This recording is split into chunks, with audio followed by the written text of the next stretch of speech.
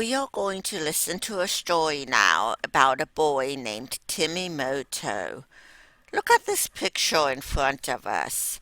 You see a woman, and inside her hands, which her hand isn't very big, inside her hand she is holding a little teeny tiny baby.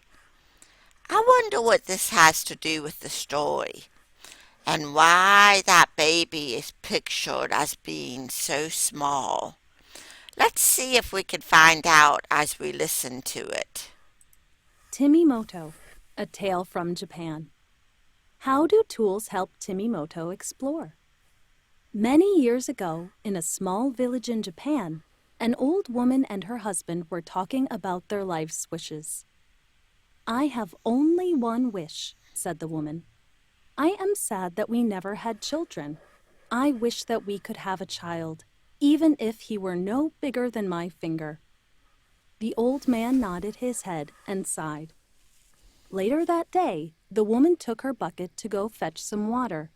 She was walking along when she heard a cry coming from the ground next to the path. She looked down and saw a tiny baby, only 1 inch long, wrapped in a piece of red cloth. "My wish has come true," cried the woman. She picked up the baby and cradled him in her hands.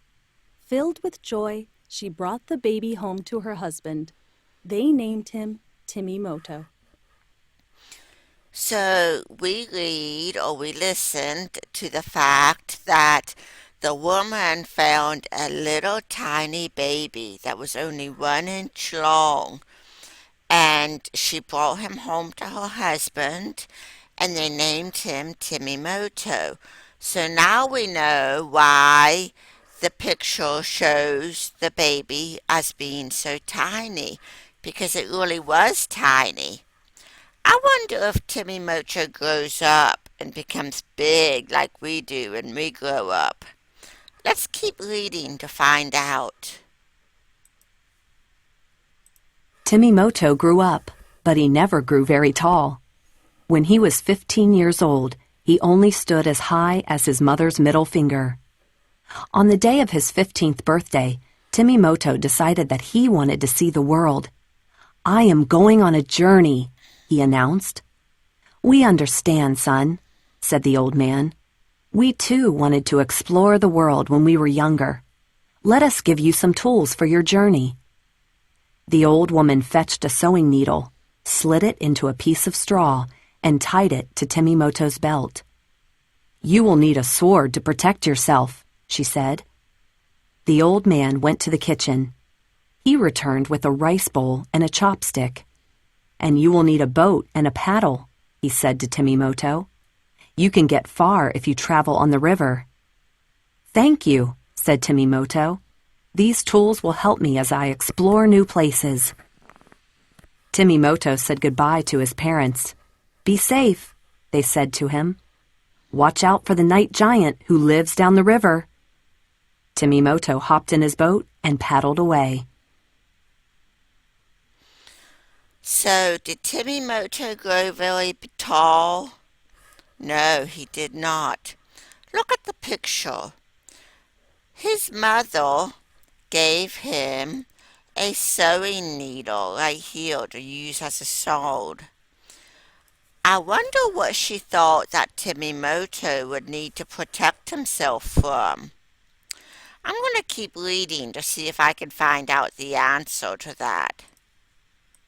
Timimoto set out on his adventure to discover the world. As he was paddling along, he felt something sticky tap his shoulder. He turned and saw a huge frog on a rock behind his boat. The frog was trying to catch him with its tongue. "Wait," thought Timimoto. "I have the perfect tool for this." He raised his chopstick high in the air and whacked the frog on the nose. The frog dived into the water and swam away. Later, Timimoto arrived at a small village. He saw a crowd of people running toward their houses. He got out of his boat and walked into the village. He spoke to a man who was pushing a cart of vegetables. "Excuse me, sir, why is everybody running?" he asked. The man looked down and said, "You must be new in town, young man. Hasn't anybody told you about the giant who comes out at sunset?" Suddenly, Timimoto remembered what his parents had told him. "This must be where the night giant lives," he thought. Timimoto thanked the man and raced back to his boat. Remember at the beginning of the story it said, "How do tools help Timimoto explore?" What tool did Timimoto use here? It helped us answer the question as to what tools, how they helped him to explore. Because he raised the chopstick, and what did he do with the chopstick?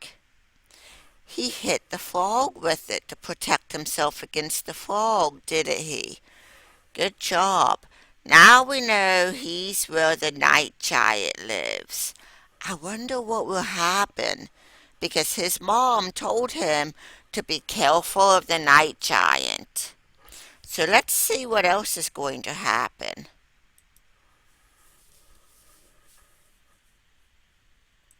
Timimoto ran toward the dock, but it was too late. The sun had already set behind a hill. What would happen next? Suddenly, the ground started to rumble and shake. The night giant appeared behind poor Timimoto. "I am hungry for a big dinner," the giant roared. "You are very small, but you'll do for my first bite." The giant scooped up Timimoto and popped him in its mouth. Inside the giant's mouth, Timimoto knew just what to do. "Mother gave me this sword for a reason," he thought. Timimoto lifted the sword high above his head and brought it down on the giant's tongue. The giant let out a terrible scream. Timimoto leaped out of the giant's mouth and landed safely on the ground. "That hurt!" the giant cried. "I will never return to this village again," he whined as he ran back into the forest. One by one, the townspeople came out of their houses and surrounded Timimoto. "You have defeated the night giant!" they cheered. "Thank you, friend!" Timimoto bowed his head, then got into his boat and paddled toward home. What tool did Timimoto use to help defend himself against the night giant? He used a sewing needle, which is about the size for a sword for him. And what did he do with the sewing needle? Do you remember? He stuck the night giant in the tongue with it, didn't he? Yes, he did. And he was able to pop right out of his mouth then. Very good. Thank you for listening to this.